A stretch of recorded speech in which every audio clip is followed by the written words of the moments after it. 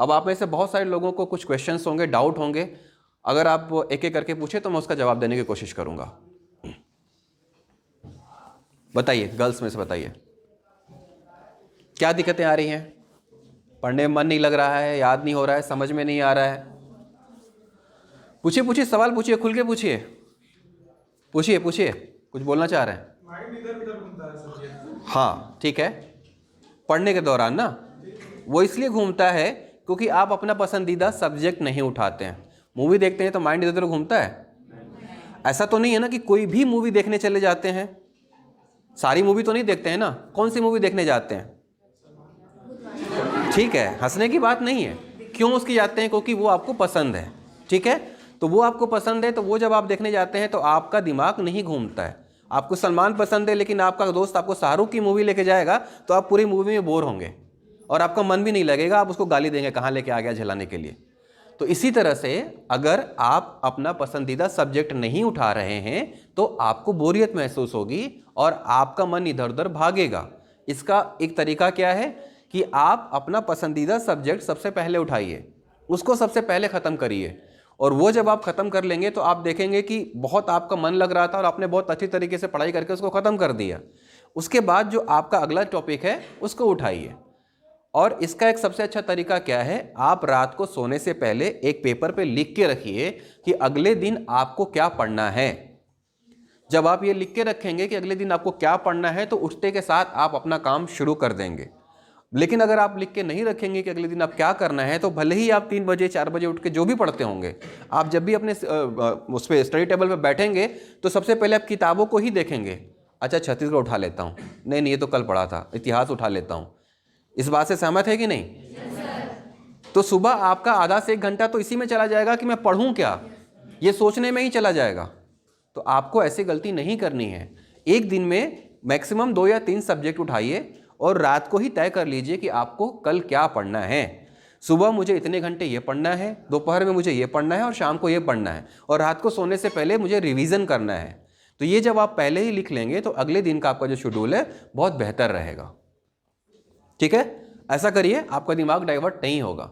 दिमाग अगर डाइवर्ट होता है तो थोड़ी देर के लिए 5-10 मिनट के लिए टहल लीजिए, लेकिन उस दौरान फ़ोन पे बात मत करिएगा, किसी से बात मत करिएगा। मतलब आपको उस कमरे में ही रहना है, अपनी किताबों के आसपास ही रहना है, भले ही आपको अपनी किताब थोड़ी देर के लिए बंद कर देनी है। ठीक, हाँ और बताइए। 1 मिनट। हाँ, एग्जाम के टाइम कैसे पढ़े, मतलब 10-15 दिन बाकी है तो उस टाइम कैसे पढ़े, अपने आप को कैसे ढालें? चलिए मैं एक चीज़ बताता हूँ। देखिए आज हो गया है 15 दिसंबर, ठीक है, और मैं मान के चलता हूँ कि 50 डेज बाकी हैं। ठीक है, तकरीबन 60 दिन के आसपास है, लेकिन मैं ये मान के चल रहा हूँ कि 50 दिन बाकी हैं प्रीलिम्स में। मैं उन 50 दिनों की बात करता हूँ। देखिए, सबसे पहली सलाह ये कि अब आप कोई भी नई किताब नहीं खरीदेंगे पढ़ने के लिए करंट अफेयर के अलावा। करंट अफेयर के अलावा बिल्कुल भी कोई नई चीज़ नहीं पढ़ेंगे। जो चीज़ भी अभी तक आपने पढ़ी है उसी चीज़ को अब आगे आप कंटिन्यू करेंगे। क्योंकि अगर अभी ये हुआ कि आपने इतिहास पढ़ लिया स्पेक्ट्रम से, अब आपको कोई बोल रहा है कि वो एक और किताब है, वो बहुत अच्छी है, उससे क्वेश्चन आते हैं, और आपने अगर अपनी किताब इस मूवमेंट पे चेंज कर ली तो आप जो पुराना पढ़े हैं वो भी भूल जाएंगे और नया तो आप पढ़ नहीं पाएंगे, इस बात की गारंटी है। तो स्टैटिक पोर्शन जिस भी किताब से अभी आप पढ़ रहे हैं, चाहे वो कोचिंग का नोट्स हो, चाहे आपका अपना बनाया हुआ नोट्स हो, या चाहे कोई बुक हो, अब आप इन लास्ट के 50 दिनों में उस बुक को चेंज नहीं करेंगे। आपको प्रीलिम्स क्लियर करने के लिए 60 या 60% एबव स्कोर बहुत पर्याप्त है, लेकिन ये भी सही नहीं है, क्योंकि अभी जो 2020 का प्रीलिम्स का आपने नंबर देखा उसमें जनरल का कट ऑफ 105 या 107 नंबर था, जो तकरीबन 52-53% के आसपास था। तो पेपर तय करता है कि आपका कट ऑफ कितना जाएगा। फिर भी किसी का भी सिलेक्शन 100% में भी होता है और नीचे भी होता है, और कोई भी एक किताब आपको अपनी प्रीलिम्स का को क्लियर कराने के लिए काफ़ी है। किसी एक किताब से 100% नहीं आता।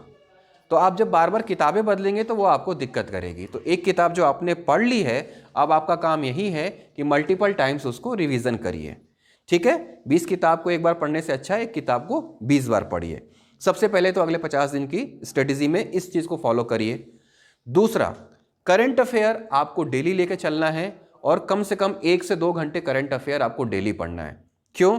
अभी लास्ट में जो 2-3 एग्ज़ाम बैक टू बैक हुए हैं, आपका ACF का एग्ज़ाम है, ADPO का एग्ज़ाम है, वेटनरी का एग्ज़ाम हुआ, मंडी निरीक्षक का एग्ज़ाम हुआ, उसमें अगर आपने अच्छे से पेपर का एनालिसिस किया होगा तो तकरीबन 20% का वेटेज करंट अफेयर का है। तो 20% का वेटेज बहुत ज़्यादा होता है। 20 नंबर जो आपको आपके दिनचर्या की चीज़ों को जानते हुए ही बिताना है, उससे आपको मिल रहे हैं, और यही आपका सिलेक्शन कराएगा। स्टैटिक पोर्शन तो सब बना लेंगे, करंट अफेयर में ही लोग थोड़ा सा पिछड़ जाते हैं। तो अगर आपने अपना करंट अफेयर अच्छा कर लिया तो आपको सेलेक्ट होने से कोई नहीं रोक सकता। तो करंट अफेयर पढ़िए। अब ये नहीं है कि कोई एक करंट अफेयर की आप किताब पढ़ रहे हैं, सपोज़ कि एक आर्थिक समीक्षा की किताब आ गई, अब आपने बहुत अच्छे से उसको पढ़ लिया, लेकिन एग्ज़ाम के टाइम में एक और किताब नहीं आ गई, और बहुत सारे स्टूडेंट ये दावा करने लगे, बुक वाला स्टोर वाला ये दावा करने लगा कि ये किताब उससे भी अच्छी है। आपने पुरानी किताब हटा दी और नई आर्थिक समीक्षा की किताब पढ़ने लगी। क्या आर्थिक समीक्षा के डाटा चेंज होंगे? तो आपको किताब चेंज करने की क्या ज़रूरत है? आप खुद में ये यकीन रखिए कि मैं जो किताब पढ़ रहा हूँ वो कहीं से भी गलत नहीं है, और मैं जो पढ़ रहा हूँ वो उसी में से आएगा। अभी करंट अफेयर की किताबों की बाढ़ सी आ जाएगी, ठीक है, और आ भी गई होगी। बहुत सारे राइटर हैं जो दावा कर रहे हैं कि मेरे बुक से इतना, मेरे बुक से इतना। मैं किसी भी बुक को ख़राब नहीं कह रहा हूँ, लेकिन मैं ये कह रहा हूँ कि आप किसी एक बुक को पकड़िए और उसी बुक से अच्छे से पढ़िए। कोई नया डाटा अगर आ गया है और आपके किसी फ्रेंड ने कोई नई बुक पढ़ ली है और वो सजेस्ट कर रहा है कि ये आप उससे बेहतर है, तो आप इतना कर सकते हैं कि अगर उस बुक में कोई नया डाटा है तो आप अपनी वाली बुक में सिर्फ उस डाटा को इंक्लूड कर लीजिए, ताकि वो डाटा जो है आपसे मिस ना हो। ऐसा करेंगे तो आपके पास समय बचेगा और आप उस किताब को बार बार पढ़ पाएंगे। एक चीज़ आपको बताता हूँ, अभी भी आप टेस्ट यहाँ पे दे ही रहे होंगे, जब क्वेश्चंस आपके सामने आते हैं तो आंसर तो आता ही है, आंसर के साथ साथ आपको उस बुक का कवर पेज भी याद आता है, आपको उस बुक का वो पन्ना भी याद आता है जहाँ पे वो आंसर लिखा हुआ है। अगर आपने उसको अलग अलग कलर से गोला किया है, घेरा किया है या रंगा है, तो रंग भी आपको याद आता है। क्यों याद आता है? क्योंकि आपका ब्रेन उसी तरह से उन चीज़ों को एक्सेप्ट करता है। लेकिन अगर इस मोमेंट पे आपने किताब बदली तो आपका ब्रेन कंफ्यूज हो जाएगा कि वो सही आंसर किस जगह से उठाए। आपको लगेगा कि नहीं वहाँ वाला सही था, नहीं यहाँ वाला सही था, तो ऐसे में आप डिस्ट्रैक्ट होंगे। तो ऐसे में डिस्ट्रैक्ट नहीं होना है तो एक ही किताब को पढ़िए, अच्छे से पढ़िए। जो चीज़ें याद नहीं हो रही है उसको लाल से अंडरलाइन कर लीजिए, जो आपको अच्छे से याद है उसको ग्रीन से अंडरलाइन कर लीजिए, जो बार बार भूल जा रहा है और याद भी है उसको येलो से या ऑरेंज से हाईलाइट कर लीजिए। ऐसा करके अपने ब्रेन को एक कमांड दे दीजिए कि जो भी चीज़ें लाल हैं उस पर मेरे को ज़्यादा मेहनत करनी है, जो भी चीज़ें ग्रीन है मैं उसको स्किप कर सकता हूँ, छोड़ सकता हूँ, जो भी चीज़ें ऑरेंज है थोड़ा थोड़ा देखने की ज़रूरत है। तो ये जब अपने आप ब्रेन को आप कमांड दे देंगे ना तो वो ज़्यादा अच्छे से आपको एब्जॉर्ब करेगा। ठीक है, स्टैटिक पोर्शन हो गया। आपको अपनी किताबें चेंज नहीं करनी है और उसको मल्टीपल टाइम रिवीजन करना है। करंट अफेयर आपको डेली लेके चलना है। और उसके बाद हम आते हैं क्वेश्चन एंड आंसर पे। आपको per day question and answer solve करने ही हैं। 2012 से लेके 2020 तक के जितने भी एग्ज़ाम हैं उन सभी के क्वेश्चन आपको सॉल्व करने हैं। एक भी क्वेश्चन ऐसा नहीं होना चाहिए कि आप छोड़ दें, क्योंकि क्वेश्चन के रिपीट होने के चांसेस रहते हैं। तो 2 या 3 क्वेश्चन रिपीट होते ही होते हैं, और वो क्वेश्चन रिपीट हुए पुराने पेपर से और आपने उसको नहीं पढ़ा है और बाद में आपको पता चला कि ये तो पुराने पेपर का था, तो उस वक्त आप बहुत गिल्ट से भर जाएंगे। आपको ये लगेगा कि मैंने इतनी बड़ी गलती क्यों कर दी। तो 2012 से लेकर 2020 तक के जितने भी पेपर हैं उसको ज़रूर लगाइए। पेपर नहीं मिलेंगे आपको, मार्केट में सॉल्व्ड किताबें मिल जाएंगी जिन्होंने 2012 से लेकर 20 तक के क्वेश्चंस को एक साथ करके आपको सॉल्व आंसर दिया हुआ है। कुछ कुछ आंसर्स उसमें गलत होते हैं, लेकिन अगर आपने अच्छे से पढ़ा होगा तो आपको पता रहेगा कि उसके आंसर क्या हैं। तो इस तरह से आपकी एक बहुत अच्छी तैयारी हो जाएगी और 4 से 5 आपके क्वेश्चन आराम से एक्स्ट्रा आपके स्कोर में ऐड ऑन हो जाएंगे। तो पुराने पेपर्स को जरूर लगाइए। अब दूसरा पोर्शन की बात करते हैं सीसेट की, कि इन 50 दिनों में सीसेट की तैयारी कैसे करें। अभी 50 दिन है। 50 दिन की बात करें तो 7 से अगर आप डिवाइड करेंगे तो लगभग 7 संडे आपके पास आएगा। तो हर एक संडे को आप एक सीसेट का पेपर जरूर सॉल्व करें। ज़्यादा कर सकते हैं तो बेटर है, लेकिन एक सीसेट का पेपर जरूर सॉल्व करें। अब वो सीसेट का पेपर आप नया उठाने की ज़रूरत नहीं है। 2012 से लेकर 20 तक के जो एग्ज़ाम्स आ चुके हैं एग्ज़ाम में क्वेश्चन, आप उन्हीं को सॉल्व कर ले जाइए। आप देखिए कि आप जिस भी कैटेगरी के हैं आप अपना कट ऑफ क्लियर कर रहे हैं कि नहीं। 33% हो रहा है कि नहीं, 23% हो रहा है कि नहीं। तो अगर आपका जो स्कोर है वो सेफ है, आप उस लेवल के कहीं ऊपर जा रहे हैं, तो आप मान के चलिए कि आपका सीसेट निकल जाएगा। सीसेट के लिए आप फोकस करिए लैंग्वेज पे, छत्तीसगढ़ी पे और हिंदी पे, क्योंकि ये पोर्शन आपका मेंस में भी आएगा और ये पोर्शन आपका प्रीलिम्स में भी है, और छत्तीसगढ़ी से कुछ क्वेश्चन आपके जीएस के पोर्शन में भी आता है। तो अगर आप वो पोर्शन अच्छे से तैयार करते हैं तो आपका जीएस का पोर्शन और आपका मेंस का पोर्शन दोनों तैयार होगा। अमूमन 25 से 30 क्वेश्चन लैंग्वेज से आते हैं, तो वो आपका जब आसान हो जाएगा तो बाकी आपका मैथ्स बने ना बने आपको दिक्कत नहीं होगी। आप में से मैक्सिमम लोग मैथ्स से डर रहे होंगे कि सीसेट कैसे क्लियर करें, मैथ्स मेरा कैसे क्लियर होगा। मैथ्स के क्वेश्चन आते ही कितने हैं, किसी ने एनालिसिस किया है 2012 से लेकर 20 तक? कोई बताएगा कितने क्वेश्चंस आते हैं? 20 मैक्सिमम मानते हैं। मैथ्स की बात कर रहा हूं मैं, सिर्फ मैथ्स की, रीजनिंग के नहीं, ठीक है। मैक्सिमम आते होंगे 20। अगर वो 20 का 20 छोड़ भी देते हैं आप, तो भी 80 क्वेश्चन आपके पास बचे हैं। रीजनिंग तो बन ही जाएगा, ठीक है। रीजनिंग अगर 20 क्वेश्चन आते हैं तो उसमें से 10 तो आप बना ही लेंगे। लेकिन आपको जो लैंग्वेज के 25 से 30 क्वेश्चन है उसमें आपको तकरीबन 95% के आसपास स्कोर करना है। इस तरह से आपका सीसेट बहुत आसानी से क्लियर हो जाएगा। होता क्या है कि जब हम सीसेट बनाने लगते हैं एग्जाम रूम में और हमारे सामने एक क्वेश्चन आता है, उस क्वेश्चन में हम फंस जाते हैं, तो हम उस क्वेश्चन को छोड़ नहीं पाते हैं, हम आगे नहीं बढ़ पाते हैं और उसी क्वेश्चन को बार बार सॉल्व करते रहते हैं, और ऐसे में क्या होता है, हमारा टाइम चला जाता है। तो जब भी आप एग्जाम में क्वेश्चन सॉल्व कर रहे हैं सीसेट का और आप किसी मैथ्स के रीजनिंग के क्वेश्चन में फंस जा रहे हैं, तो आप तत्काल उस क्वेश्चन को छोड़ दीजिए और आगे बढ़िए। आप पुराने पेपर को देखिएगा, हर 2 से 3 टफ क्वेश्चन के बाद 5 से 6 आसान क्वेश्चंस होते हैं। वो इसीलिए होते हैं कि आप जो टफ क्वेश्चन है उसमें उलझ जाएं और आगे बढ़ ही ना पाएं कि आप आसान क्वेश्चन को सॉल्व कर पाएं। तो जैसे ही आप अच्छे बड़े क्वेश्चंस को या टफ क्वेश्चंस को स्किप करेंगे, आप देखेंगे आगे के क्वेश्चन आपसे बन जा रहे हैं, और जो टफ क्वेश्चन आपसे छूट गया है दोबारा जब पलट के आप आएंगे तो वो क्वेश्चन आपसे बन जाएंगे। तो ऐसा होता है, ये एग्जामिनर की स्ट्रेटजी होती है कि वो आपको फंसाने की कोशिश करता है। वो आपके पासिंग लायक बहुत आसान क्वेश्चन आपको दिया रहता है, लेकिन आप टफ क्वेश्चन में फंस जाते हैं, इसलिए आपका टाइम खत्म हो जाता है। तो इस तरह से सीसेट का पेपर जब भी बनाएंगे, टफ क्वेश्चन आएगा आप उसको तत्काल छोड़ दीजिए और आगे के क्वेश्चन सॉल्व करिए। एटलीस्ट आपको 100 क्वेश्चन टच करने ही हैं, तब आपका सीसेट आराम से क्लियर हो जाएगा। और 100 क्वेश्चन आप टच कर लेंगे, उसके बाद आपका समय बचेगा तो फिर से स्टार्ट करिए जिन क्वेश्चंस को आपने छोड़ दिया है, फिर से उसे बनाना। तो हफ्ते में एक सीसेट का पेपर जरूर लगाएंगे।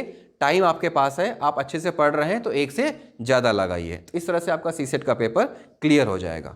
फोकस करना है आपको अपने स्टैटिक पोर्शन पे और आपके करंट अफेयर्स पे, क्योंकि आपका सिलेक्शन फाइनली जीएस से ही होगा। सीसेट तो क्वालिफाइंग ही है। तो इस तरह से आप अपना जीएस मजबूत करिए। मजबूत कैसे होगा? आप क्वेश्चंस लगाइए। आप जो किताब पढ़ रहे हैं खुद एग्जामिनर बन के उसमें से क्वेश्चन चूज करिए कि अगर आप एग्जामिनर होते तो ये जो किताब आपके सामने रखी हुई है उससे कौन सा क्वेश्चन आप सामने वाले स्टूडेंट्स को देते। पिछले पेपर्स का पैटर्न आप देख लीजिए, पैटर्न चेंज हो गया है। अब 1 लाइनर नहीं आता है, मैक्सिमम जो है 1 से ज़्यादा ऑप्शन वाले होते हैं। दैट मीन्स कि आपको एक क्वेश्चन नहीं, एक क्वेश्चन में 4 क्वेश्चन सॉल्व करना होता है।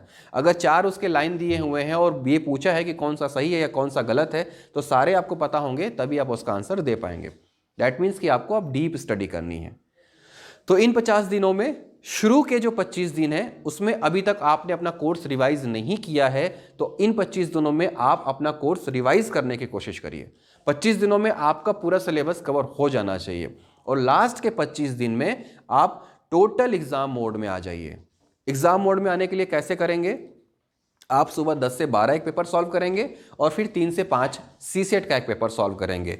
लास्ट के 25 दिन तक मार्केट में टेस्ट सीरीज की बुकलेट्स बहुत सारी अवेलेबल हो जाती हैं, आप उसे खरीदिए। डेली 10 से 12 आप जीएस सॉल्व करिए और डेली 3 से 5 आप सीसेट सॉल्व करिए। इसका क्या फ़ायदा होता है मैं आपको बताता हूँ। इससे यह होगा कि आपके ब्रेन को ये आदत हो जाएगी कि एक पर्टिकुलर टाइम पे आप क्वेश्चन सॉल्व करते हैं। तो एग्जाम में जब आप बैठेंगे ना तो एग्जाम का प्रेशर आपको नहीं फील होगा। आपको ये लगेगा कि आप घर बैठे टेस्ट पेपर सॉल्व कर रहे हैं और आप बहुत ईजी तरीके से अपना पेपर सॉल्व करेंगे। लेकिन जो लोग ऐसा नहीं करते हैं और सिर्फ एग्जाम में ही जाके पेपर सॉल्व करते हैं, वो वहाँ पर जाके फंस जाते हैं, क्योंकि उनको आदत नहीं होती है उस टाइम पे पेपर सॉल्व करने की। तो उनका ब्रेन भी उनको उस हिसाब से स्ट्राइक करता है कि हम तो रोज़ कुछ और काम करते थे, आज ये क्यों कर रहे हैं। तो थोड़ी देर बाद बोरियत महसूस होने लगेगी, आप अगल बगल झांकने लगेंगे, आपका पेपर हो जाएगा ख़राब। तो आप आदत डाल लीजिए कि आपको 10 से 12 और 3 से 5 पेपर सॉल्व करने ही हैं। तो इस तरह से लास्ट के 25 दिनों में आप 25 जीएस के पेपर सॉल्व करेंगे तो तकरीबन 2500 क्वेश्चन आप सॉल्व कर लेंगे। और उन 2500 क्वेश्चन में से मान के चलिए कि मैक्सिमम क्वेश्चन अगर नहीं आएगा तो जो क्वेश्चन आपने पढ़ा है उसके आसपास के ही क्वेश्चन आएंगे।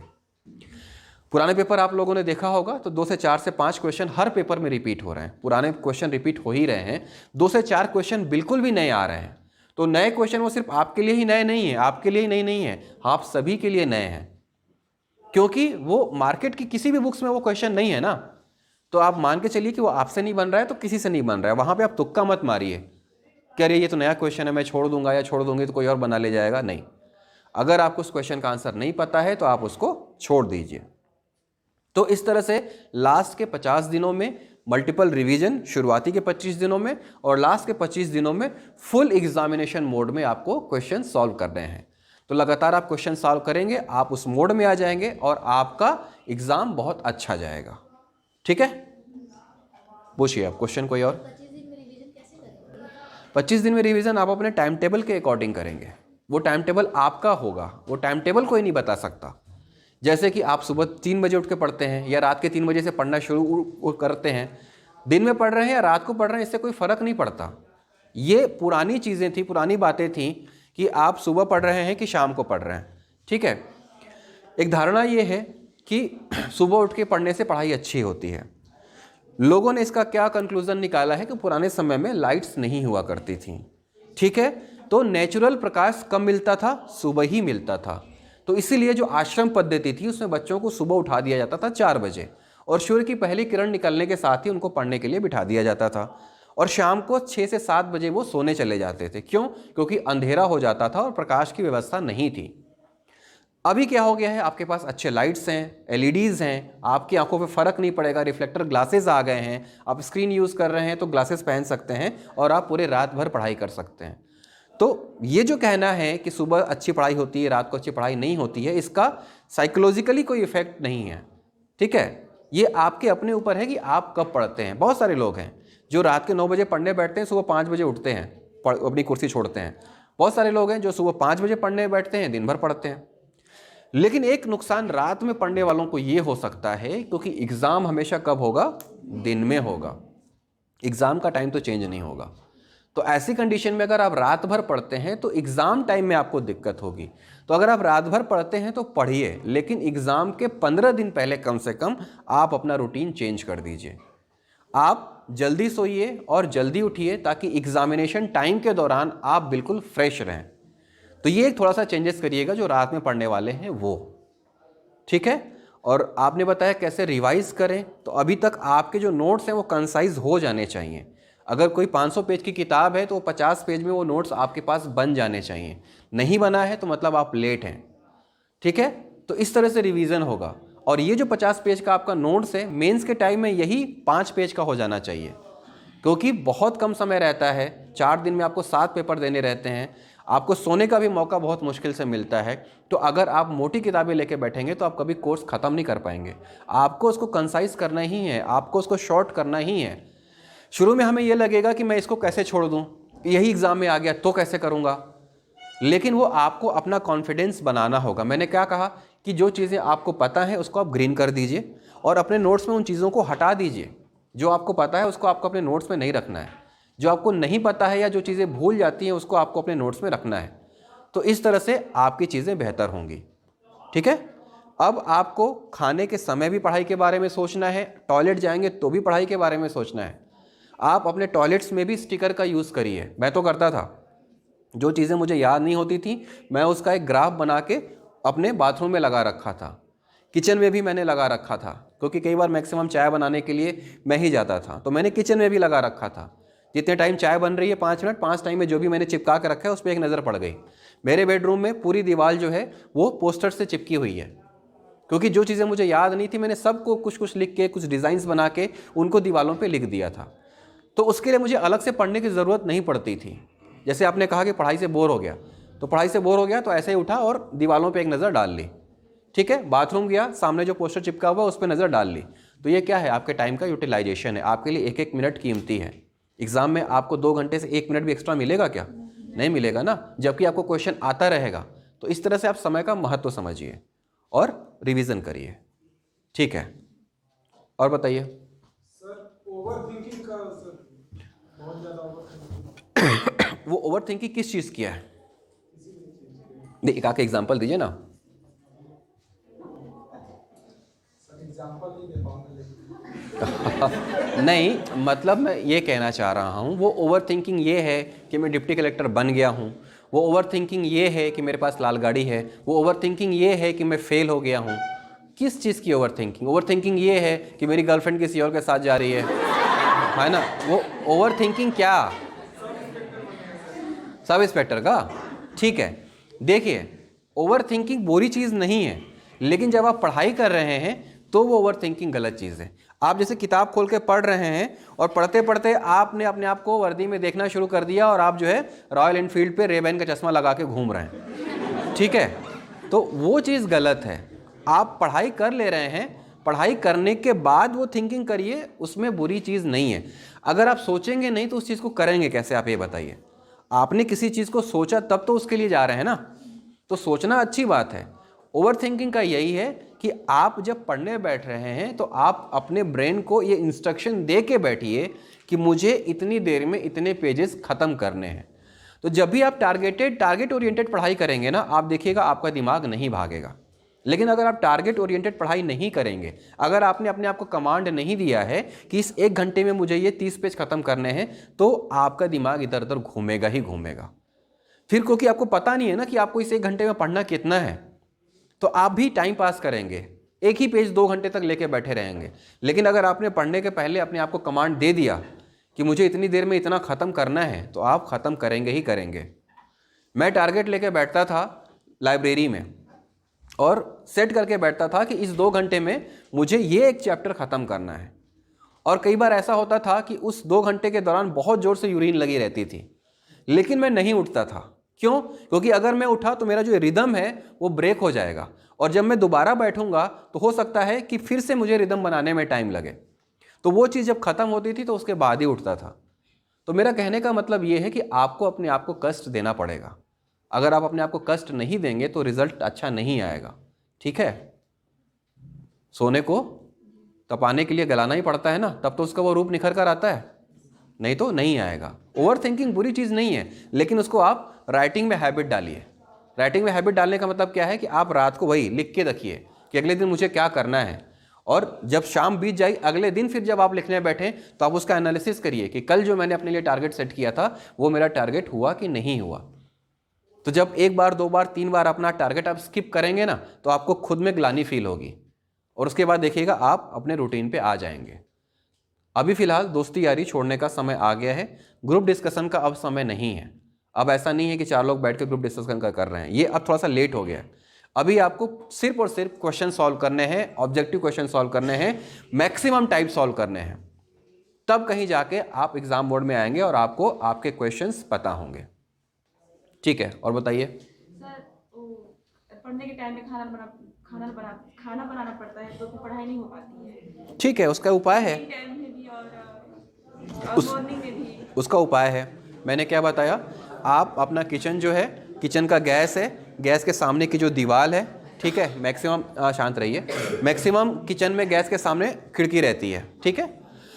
तो खिड़की के बगल में जो दीवार है वहाँ पे आप उन चीज़ों को चिपका दीजिए जो सिर्फ आप खाना बनाने के टाइम ही पढ़ेंगी, ठीक है। उसके लिए आपको अलग से समय देने की ज़रूरत नहीं है। अगर आपको खाना बनाने में 1 घंटा लग रहा है तो आप हिस्ट्री का, पॉलिटी का, इकोनॉमिक्स का कोई एक ग्राफ डाटा जो है वो किचन के बगल में चिपका लीजिए, ठीक है। आप खाना बनाइए, वहाँ पे खाना बनाने के बाद उसको ढकना भी पड़ता है।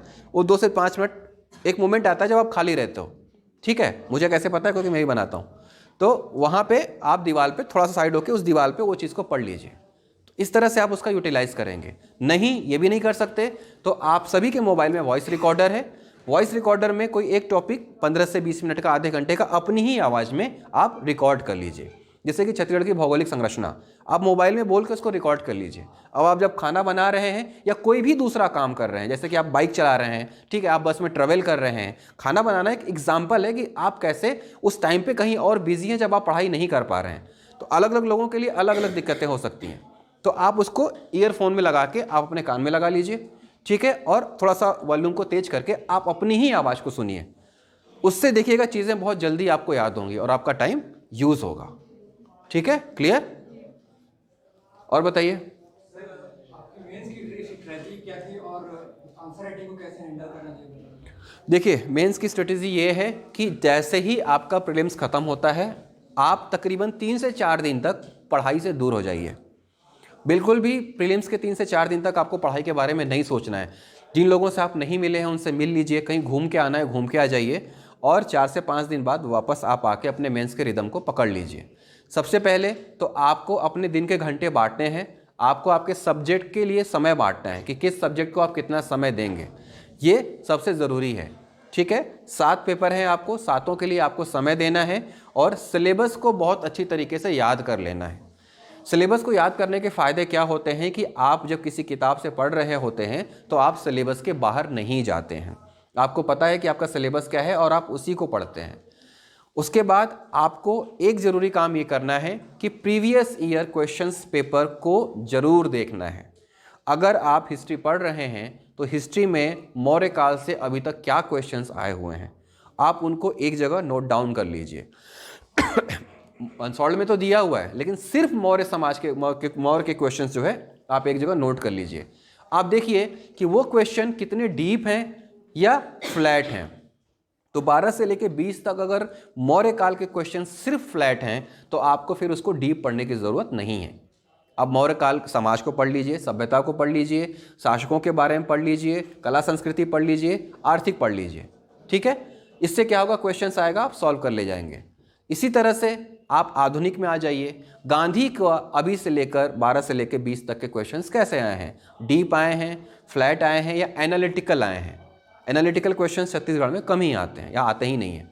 ठीक है, तो उस तरह से आपको ये समझ में आ जाएगा कि क्वेश्चंस कैसे आ रहे हैं। तो उसी रिदम में फिर आप अपनी पढ़ाई शुरू करिए। और मेंस के लिए ज़रूरी है कि पर डे मिनिमम 3 घंटे आप लिखने की प्रैक्टिस करें। हम क्या करते हैं, शुरुआत में मैं भी यही करता था, अरे 3 घंटा कौन लिखेगा, 3 घंटे में तो मैं 2 चैप्टर रिवीजन कर लूँगा। तो हम लिखने से बचते हैं, लेकिन उसका नुकसान समझ में आता है। अगर जून में एग्ज़ाम हुआ होता तो मैं पास नहीं होता। श्योरिटी के साथ कहता हूँ कि अगर जून में एग्ज़ाम हुआ होता तो मैं पास नहीं होता। शायद अक्टूबर में भी एग्ज़ाम हो जाता तो मैं पास नहीं होता, क्योंकि मैं सिर्फ और सिर्फ रिवीजन पे ही ध्यान दे रहा था, लिखने पे ध्यान दे ही नहीं रहा था। लेकिन अक्टूबर में जब एग्ज़ाम टला तो मेरे कुछ साथी थे जो लगातार ऑनलाइन टेस्ट सीरीज़ दे रहे थे और उनकी कॉपियां मैंने देखी और मैंने घर में लिखने की कोशिश की, तो जो आंसर मुझे आ रहे थे मैं उसको भी नहीं लिख पा रहा था। लिख पा रहा था तो 2 नंबर का 4 लाइन की जगह मैं 6 लाइन लिख रहा था। ठीक है, 3 घंटे का पेपर मैं शायद 4.5 घंटे में कर रहा था। ये थी दिक्कतें। आता सबको सब कुछ है, लेकिन वो 3 घंटे में मैनेज नहीं कर पाता है। आप 2 नंबर के क्वेश्चन 4 लाइन में आपको लिखने हैं। हमको क्या आदत होती है कि हम भूमिका बनाते हैं और वो भूमिका बनाने में ही हमारा 2 लाइन खत्म हो जाता है, तो एक्चुअल आंसर तो हम लिख ही नहीं पाए, इसलिए हमारे मार्क्स कट जाते हैं। तो पर डे आपको लिखने की प्रैक्टिस करनी है। 2 नंबर के क्वेश्चन सपोज करिए कि आप ये जो प्रीलिम्स दे रहे हैं ना, इसी से आपका तैयार हो जा रहा है, क्योंकि सीधे फ्लैट क्वेश्चन ही आते हैं। तो ये जो प्रीलिम्स के लिए आपके जो डाटाज आप याद कर रहे हैं, यही 2 नंबर का क्वेश्चन आपका तैयार हो गया, तो मेंस का आधा काम तो आपका हो गया। तो इस तरह से आप अपना टाइम टेबल बनाइए, पुराने पेपर्स को देखिए, लिखने की कोशिश करिए और कोई ना कोई टेस्ट सीरीज़ ज़रूर दीजिए। टेस्ट सीरीज़ से बचने की कोशिश मत करिएगा, वो आपको बहुत आगे लेके जाएगी। और टेस्ट सीरीज़ के बाद जब आपके कॉपीज़ चेक होके आ जाएंगे तो आप देखिए कि आपने कहाँ कैसा लिखा है कि आपको ज़्यादा नंबर मिल रहे हैं और कहाँ कैसा लिखा है कि आपको कम नंबर मिल रहे हैं। तो इस तरह से आप अपने एग्ज़ामिनर खुद बनिए। शॉर्ट नोट्स बनाने ज़रूरी हैं। शॉर्ट नोट्स नहीं बनाएंगे तो फिर मेंस रिवीजन कर पाना मुश्किल है और फिर उसको लिख पाना भी मुश्किल है। ठीक है, क्लियर?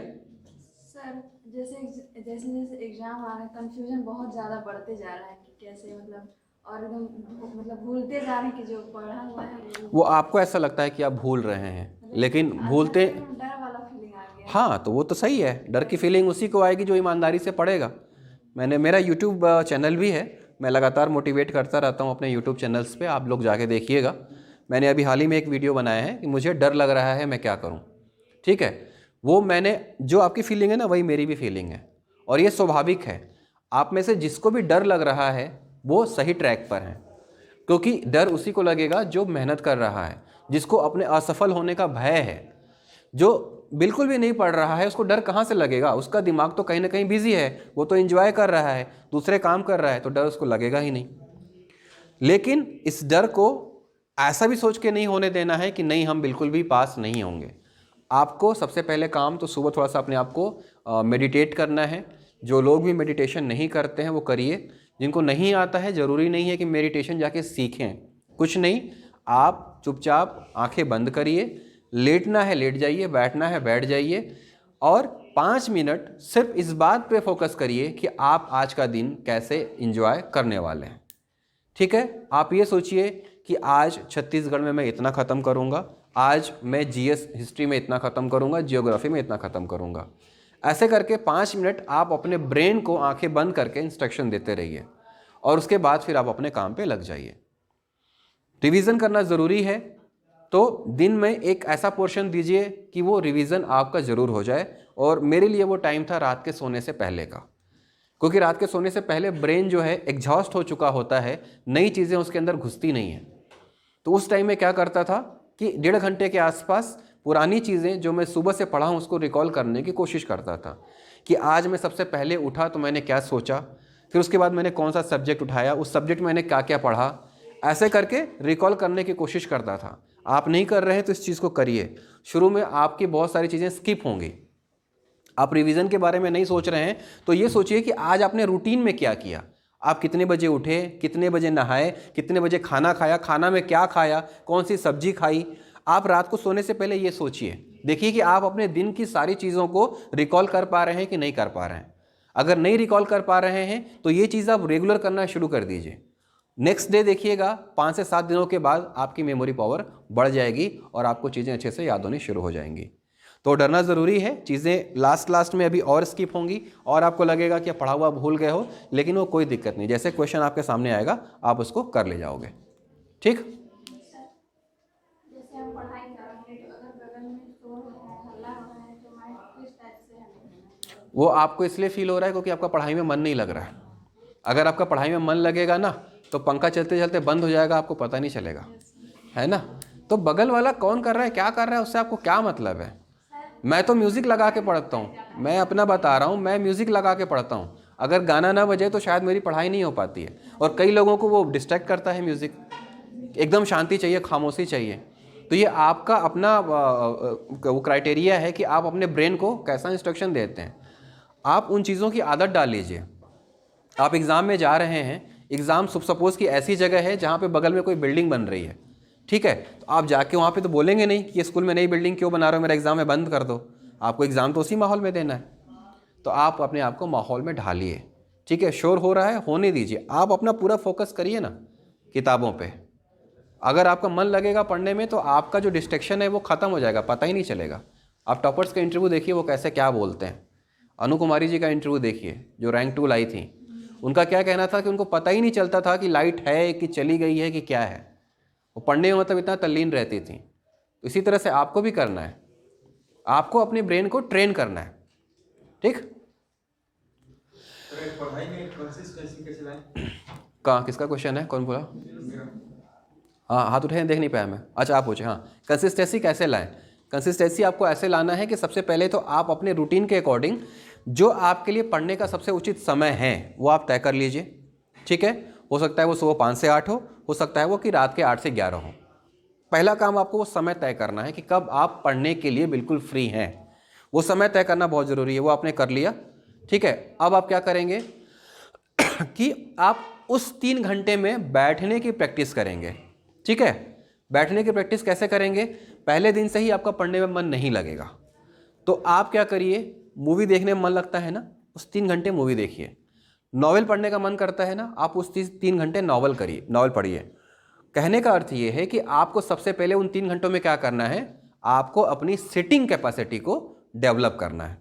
ठीक, अब आप ये देखिए कि 5 से 7 दिन तक आप उस टाइम में बैठ पा रहे हैं। शुरू में ही मैं आपको किताब देके बैठा दूंगा तो आप नहीं बैठेंगे, क्यों? क्योंकि आपका पढ़ने में तो मन नहीं लगता है। तो आप अपना मन लगाइए उस चीज़ में जो आपको अच्छा लगता है। वेब सीरीज़ देखिए, मूवी देखिए, नॉवेल पढ़िए, जो भी आपको करना है उस 3 घंटे में, लेकिन उस जगह बैठ के करिए। आप धीरे धीरे अब 3 घंटे बैठने के हैबिचुअल हो गए। अब उसके बाद फिर आप धीरे से पढ़ाई के मोड में आ जाइए। तो इस तरह से आप अपनी कंसिस्टेंसी बना पाएंगे। उस दौरान आपका मोबाइल ऑफ होना चाहिए। ठीक है, आपके घर में इंस्ट्रक्शन होना चाहिए कि कोई आपका दोस्त आए तो सख्त मना कर दें कि नहीं मिलेंगे। ये नहीं कि घर पे नहीं है, झूठ नहीं बोलना है, सीधे मना कर देना है कि इस टाइम में मुझे नहीं मिलना है किसी से। ठीक है, झूठ बोलने का कोई मतलब नहीं है। झूठ बोलेंगे, कल को उस दोस्त से मिलेंगे, फिर वो जान जाएगा कि घर में ही थे, आपको गाली देगा। तो सीधी सी बात है भाई, लाइफ की बात है, ये 3 घंटा मेरा पढ़ाई का समय है, इस 3 घंटे में मुझे किसी से नहीं मिलना है। आज आप पढ़ते वक्त कोई दोस्त जो आपको गाली देगा ना कि मिलता नहीं है, कल जब आप सेलेक्ट हो जाएंगे तो वही सबसे पहले आपको बधाई देगा कि मेरे को तो मालूम था तू पक्का ये कर लेगा।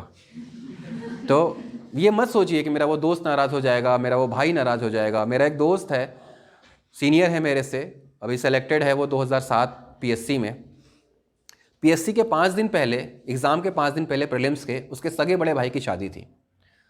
वो अपने पापा से बोल दिया कि मैं भाई की शादी में नहीं आऊँगा। उसके पापा ने उसकी आधी किताबें उठा के जला दी कि क्या मतलब है पढ़ाई करने का, 2 साल से तो पढ़ रहा है, कुछ कर तो नहीं पाया अभी तक, अब तो भाई की शादी में भी नहीं आएगा। तो उसने क्या किया, नोट्स बना रखा था तो किताबें जल गई तो उसको बहुत फ़र्क नहीं पड़ा, लेकिन उसका दृढ़ संकल्प था कि वो उस टाइम में कहीं भी दूसरा काम करके अपना समय बर्बाद नहीं करेगा। फाइनली वो शादी में नहीं गया और उसी साल वो सेलेक्ट हुआ। तो मेरे कहने का अर्थ ये है कि आप इतनी बड़ी कुर्बानी मत दीजिए, लेकिन छोटी कुर्बानी तो आप दे ही सकते हैं कि इस टाइम मुझे अपने दोस्त से नहीं मिलना है, इस टाइम मुझे चौपाटी पे जाके चाय नहीं पीना है, इस टाइम मुझे कहीं और पार्टी करने नहीं जाना है। तो ऐसा करके आप अपना खुद का एक रूटीन बना पाएंगे, और वो बनाना बहुत ज़रूरी है। मेरे लिए वो रूटीन था सुबह के 3:30 बजे का, 3:30 से 7, वो एक फिक्स रूटीन था मेरा प्रीलिम्स के समय तक का। क्यों? क्योंकि प्रीलिम्स के समय बच्चे मेरे साथ थे, लॉकडाउन लगा नहीं था, तो वो 7, 7:30 के आसपास उठ जाते थे, तो पढ़ाई उस वक्त हो नहीं पाती थी। मैं 3:30 बजे उठता था, 4 बजे के आसपास पढ़ाई शुरू करता था, और 4 से 7 बच्चों को उठने के पहले मेरा एक स्लॉट कंप्लीट हो जाता था। तो ये मेरी अपनी खुद की मुसीबत थी, जिससे बचने के लिए मैंने एक रास्ता निकाला। अब आप देखिए कि आपके घर की मुसीबत क्या है, आपको घर के काम कब करने पड़ते हैं और कब आपको फ्री टाइम है। तो ऐसा करके जब आप अपने आप का टाइम टेबल बनाएंगे तो वही आपके लिए सक्सेस रहेगा। टॉपर्स के टाइम टेबल देखने से कुछ नहीं होगा।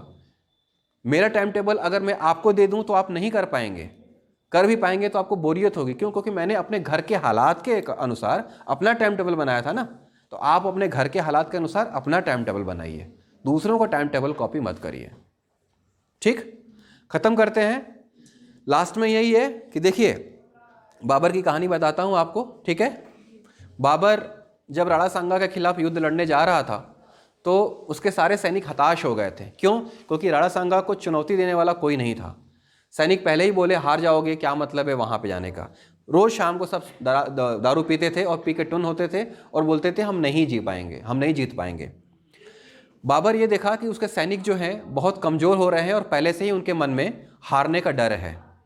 बाबर ने एक शाम क्या किया, सारे सैनिकों को एक साथ बुलाया, शराब की जितनी भट्टियाँ थीं उन सबको तोड़ी, जितने शराब थे उन सबको बहा दिया, पूरी तरह से शराब को नष्ट कर दिया।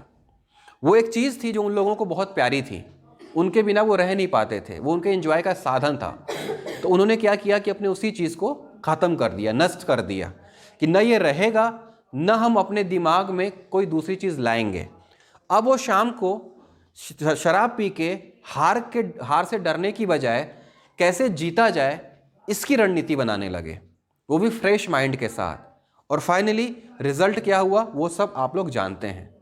ठीक है, तो इसी तरह से इस दौरान जो आपको आपकी प्यारी चीज़ है, जो आपको नुकसान पहुंचा रही है या नुकसान पहुंचा सकती है, आप थोड़े समय के लिए उससे दूर हो जाइए। आप उससे दूर होंगे तो आपको समय मिलेगा, आपको सोचने का मौका मिलेगा और आप अपने लक्ष्य के और नज़दीक जा पाएंगे। तो इस तरह से प्रयास करिए, निश्चित तौर पे सफलता आप सभी को मिलेगी।